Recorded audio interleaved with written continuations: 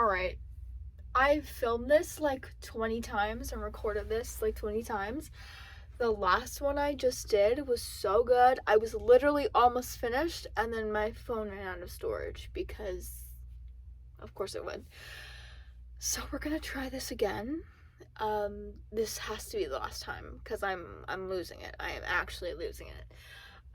There's a few things I want to talk about before I go into today's topic. So I'm just gonna get in there. So I know I mentioned the individual Instagram and TikTok that I made the last episode. That is still up and there is content on there now. So all my social handles are at scared20 something. 20 is not spelled out, it is the number 20. But yeah, so there's content on Instagram and TikTok right now. Please check out my TikTok because that's a lot of work. I had never like really edited TikToks until I started doing them for the podcast. I think the first one that like took a lot of editing, it took me like 2 hours. So please go watch and give me some validation because I live for that. I don't think I mentioned though in the podcast, I also in our last episode, I did make a YouTube channel. As far as I'm aware, Apple Podcast does not offer the same video feature that Spotify does, and I want to make sure that if my Apple Podcast listeners want to watch instead of just listen, that they have that option. So you can go to YouTube to watch those videos. They're uploaded there as well. So that is also at Scared20 something. And then I didn't mention this in the last episode because frankly I had the idea afterwards and I just wasn't going to refilm or re-record. But I really want to start sort of like a digital pen pal situation. As much as I love the podcast and I have a good time doing it, sometimes, like, let's be frank, I'm sitting in a 3-wall, 1-door room and I'm talking to myself, so sometimes it feels like I'm talking at someone rather than having a conversation, which is what I want it to be. So I wanted to find a way to kind of create more opportunities for two-way communication. So I really want to try this digital pen pal thing. So email me. The podcast email is scared20something@gmail.com, and you can email me about anything. I've already had a few people email me. I think one was just like, hey, saw you on TikTok, love your stuff. The other one was someone asking me for genuine advice, like from 120 something to another, like what would you do in this situation.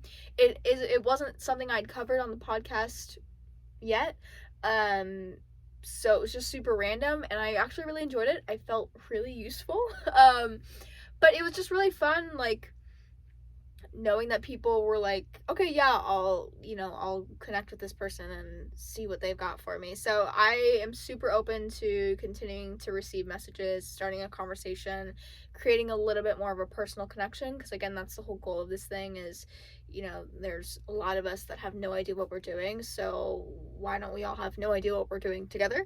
So I'm definitely looking to create a larger community and connect with more people on a more personal level, and I think email is a great way to do that. So if you have a message for me, even if it's just, hey, what's up, send it my way. Take a shot every time she says it. I'm trying to grow the podcast, so I'm trying to find different avenues and ways that that can happen while still keeping the essence of what this is, which is I'm lonely and I need people who get what's happening, which is we don't know what's happening. But yeah, I also have a new posting schedule. I know I said I post whenever I want. It's my podcast, blah, blah, blah, blah, blah, blah, blah. But once again, she's trying to build a brand. She's hustling. So I do need to stick to a schedule. So as of right now, I will be posting episodes Tuesdays and Thursdays. So just keep your eyes peeled for those. I think that covers the brand and the podcast. I have 2 mini rants. One I'm more mad about than the other. So the first one I am more mad about. For some reason, my body got me up at 3:30 a.m. today. Lovely. And at about 5 o'clock, I realized probably not going back to sleep. So I said, okay, fine. I'm going to go catch the sunrise. So before you all hate, I know that not everyone lives near a beach. I'm aware of this. But I'm originally from South Florida. The beach was 10 minutes away. I am now in Central Florida. The beach is an hour away. So for me, that is a trek, and that is a trek I am not happy about when I'm used to the beach being 2 seconds away from me. But today I said, fine, I will make the trek. I will drive the hour. So I drive the hour to catch the sunrise. I'm very excited about it. I'm gonna spend some time at the beach, maybe make some content, whatever. I put my towel down. I get to the beach, I put my towel down, I take off my shirt, have my bikini top on. I don't even take off my shorts. I'm not even in full beach mode. I sit down. Sand mites just start nipping at me. Everywhere. I just feel them all over me. So I immediately get up, put my shirt back on. I was thinking maybe I'll lay out in the sun a little. Maybe I'll take a little dip in the ocean. No, I filmed my stuff. I saw the sunrise. I left. These bites are all down my leg. It looks like I had an allergic reaction and I'm breaking out in hives. It's actually insane. So sand mites need to be eradicated from the earth quickly, expeditiously. If you don't know what sand mites are, they're literally just little bugs in the sand, and then they just like bite you, and then you get itchy, and I'm itchy right now. Like, they're just all down the back of my legs. It's gross. So that's rant number 1. I'm not super happy about that. That kind of pissed me off. But I did make a cute TikTok. It took me a lot of time, so go watch it. Second rant. This isn't a rant per se, more like I'm just sharing my opinion because it's my podcast and I can. So obviously I have a degree in advertising and public relations, and I've done a decent amount of like social media marketing, and just things within the social media realm. So the way that I'm trying to build the audience a bit and get more people to know about the podcast is I'm going on TikTok, I'm searching up content that's relevant to me, so 20-something life or like post-grad life or whatever, finding people who are interacting with this sort of content and following them or interacting with them in some way, whatever. So I found 2 videos that I was like, oh, this girl is perfect for, you know, what I put out there. One video was her basically saying, I'm not equipped for this, nobody prepped me, what the hell. And then the next video is her just crying and having a mental breakdown on the internet, which, been there, done that, babe. I stand with you in solidarity. So these videos were like a year old, so they were a bit old. So I go on her page thinking, oh, maybe I can reach out to her or whatever. Can't make a connection. She's a life coach now? Here's my thing. I have my own opinions about life coaching. I don't fully understand it. I'm not sure how it works, but like, if it works for you, fine. Life coach away. But you're in your 20s? Like, what life have you led? Like, what have you learned in your life to be a life coach and tell others, like, this is how it's done? I just thought it was an interesting turn of events. Like, a year ago, you were like, I don't know what's going on. And now it's like, I'm going to tell you what's going on. I didn't believe it, and I thought it was an interesting choice. So not a rant, simply an inquisitive complaint? I don't know. I'm not really complaining either. Whatever. Anyways, so there's that. But let's get into the actual topic, shall we? So today I wanted to talk about expectations. Mine, yours, everyone else's, whatever. So this is coming after I just had a very lovely chat with my parents, which, if you guys are listening, hey, my parents listen to my podcast because they're supportive king and queen. I just made a little heart with my hands if you're not watching. But I had a conversation with them basically saying, hey, look, I really want to pursue this podcast thing, see if it turns into something. You know, this is the one thing that I have been passionate about in I don't know how long. And so they were super supportive of it, and, you know, they were like, great, do that. But I wanted to talk about expectations because I think I assumed their expectations for me which then kind of morphed my own expectations and completely diminished what I was actually interested in and wanted to pursue. So I'm not mad about the degree I got, or I didn't enjoy what I learned and what I studied in college for. But I definitely think part of me kind of forced myself to like it because I just thought, like, this is my life and, like, so get used to it and you better like it because you're in it. And previously, like, when I was younger, maybe like 17, whenever I could really conceptualize the idea of my future and my career path and what does that look like, it was always a creative endeavor. Even if it was a bit far-fetched, it was fashion designer or singer or whatever. The words, I will never beat a 9 to 5, always left my mouth. And I know everyone says that, and I'm not about to be like, but I meant it. But, like, low-key, I meant it. Like, that was in my bones.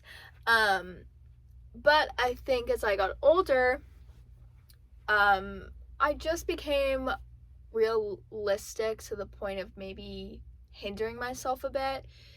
My dad is a self-employed musician, a very successful one, but regardless of how successful or, how much expertise or experience you have, creative fields are one of those things that's just not stable. It's not necessarily a stable income. It doesn't necessarily make for a stable life. So, if you do want to pursue a creative endeavor, that's great, but you are sacrificing some stuff along the way. And how important is that stuff for you? And I think, at 18, I was trying to figure out my life and what I wanted to do, that I just became super realistic because that's what made sense. And I assumed that, well, my parents are going to want me to get a stable job and a stable income, so I have to find something that is stable. That creative part of me, that could be a hobby or whatever, but, like, what I have to do, is find something stable. And so, by assuming my parents' expectations of me, which, by the way, I don't know why I did, because they never told me that or anything. I just kind of was like, this is probably what they want. By assuming their expectations, it basically then dictated my own. Like, my own expectations weren't even really my own. It was just like, this is probably what people want from me, so, like, I'll pretend that they are. And it's not until recently, it's not until I started the podcast where I was like, okay, at some point, you can't really fight what's innate in you and what your true expectations of yourself are. And personally, my true expectations and what I have found to be my goal has always been something creative. I have always expected that I will be a creative person and it will be successful. And so, because I'm now forcing myself finally to do something creative and I'm just leaning into the creative tendencies rather than pushing it away, I'm realizing that my expectations were not my own, and by assuming, which don't assume makes an ass out of you and me, never heard a truer statement in my life. But by assuming other people's expectations, it completely, like, just morphed into this weird, like, I couldn't tell what was me and what I assumed my parents, and I couldn't tell whose expectations were whose, basically. But I think starting the podcast has definitely helped me get back in touch with my true expectations of myself, of being a creative. And I do think also I'm trying to shift my mindset. I think sometimes I take a little bit too much stock in what other people think, including my parents or including, people close in my life. And not that you shouldn't take that stuff into consideration, but I think you have to realize, and this is what I didn't realize until pretty much now, is that it is, at the end of the day, my life. And if I'm basing my life on other people's expectations or what I think other people's expectations are of me, my life is going to be so unfulfilling, and it's going to be full of things that I am not passionate about, nor do I care about, and it's just not worth it. Like, I have never seen myself living a life where I was like, I'll settle. I don't settle, babe. That is not me. So I'm trying to work on changing that mindset a bit and not internalizing everything and not putting so much stock in what other people think and say, and really focusing on the fact that it's up to me to live the life that I want. And as cliche as it sounds, the time is now, y'all. It really is. I mean, here's the thing, and I preface this by saying I know not everyone is fortunate enough to be in a situation where they can just pursue something to pursue something, and that's that. I'm also not in that situation. I'm still gonna have to find some source of income while I try and build this up. It's not like I'm like just floating in space and being like, I'm gonna record my videos until something works. But I know that there's people in much more stressful, harder situations, so I want to preface what I'm saying with I know and I'm aware that this can't apply to everyone and not everyone has this luxury. But if you do have the luxury of figuring out what you want and having that time and having that I guess relaxation period of what suits me, take it. And if it's something like a creative endeavor, do it. Because in the grand scheme of things, I don't have a job. I'm working on it.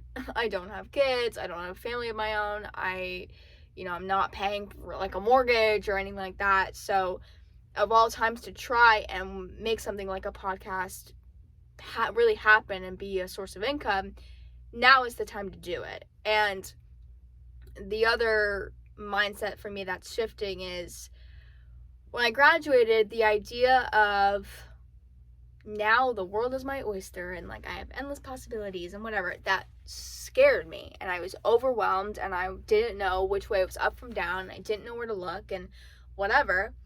Now it's a bit more exciting. Now that I have finally just jumped off the deep end a bit more and like basically given into like what my soul wants me to give into, it's not as scary, it's not as overwhelming. It's okay, I'm gonna take this one day at a time and really focus on what I want to focus on because it's my life and my future, and we'll go from there.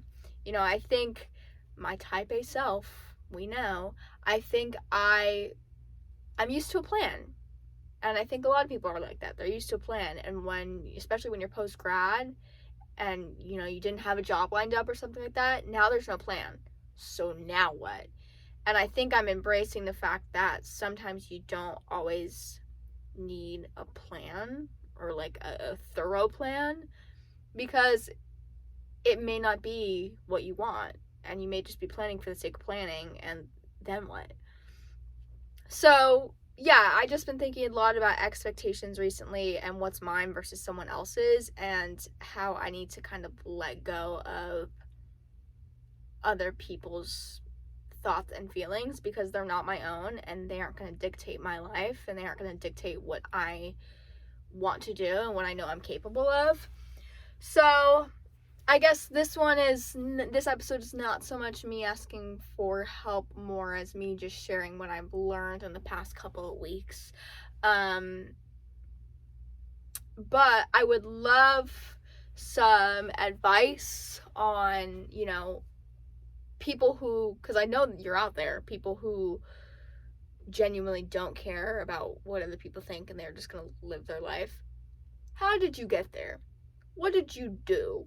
Because I'm getting there, but I'm definitely someone that cares. Like I've said it before, I care a lot about disappointing people, and I think then that manifests into just caring way too much about what other people think versus what I think for myself. So how did you do that? And please send me an email. But that's all I got for now. I hope you guys enjoyed this episode. Again, I've got episodes coming out now every Tuesday and Thursday, so keep your eyes and ears peeled. All my social handles, TikTok, Instagram, YouTube, at scared20something. That is 220. My email is scared20something@gmail.com. I did not make a Twitter. I did not think it was necessary at this point in time. You can all let me know if you feel differently, but for right now, there's no Twitter. Make sure this always feels like the end of a YouTube video, and it makes me cringe, but it is what it is. it's that creator life. But make sure you follow the podcast, rate it. It helps me out, but don't rate it if you think it's bad, because then you're not helping me out. And please, seriously, send me emails if you're interested in doing that, because I would love to talk to more people. I literally have talked to like 2 or 3, and it's made my day. So I will catch you all on the next one. Later.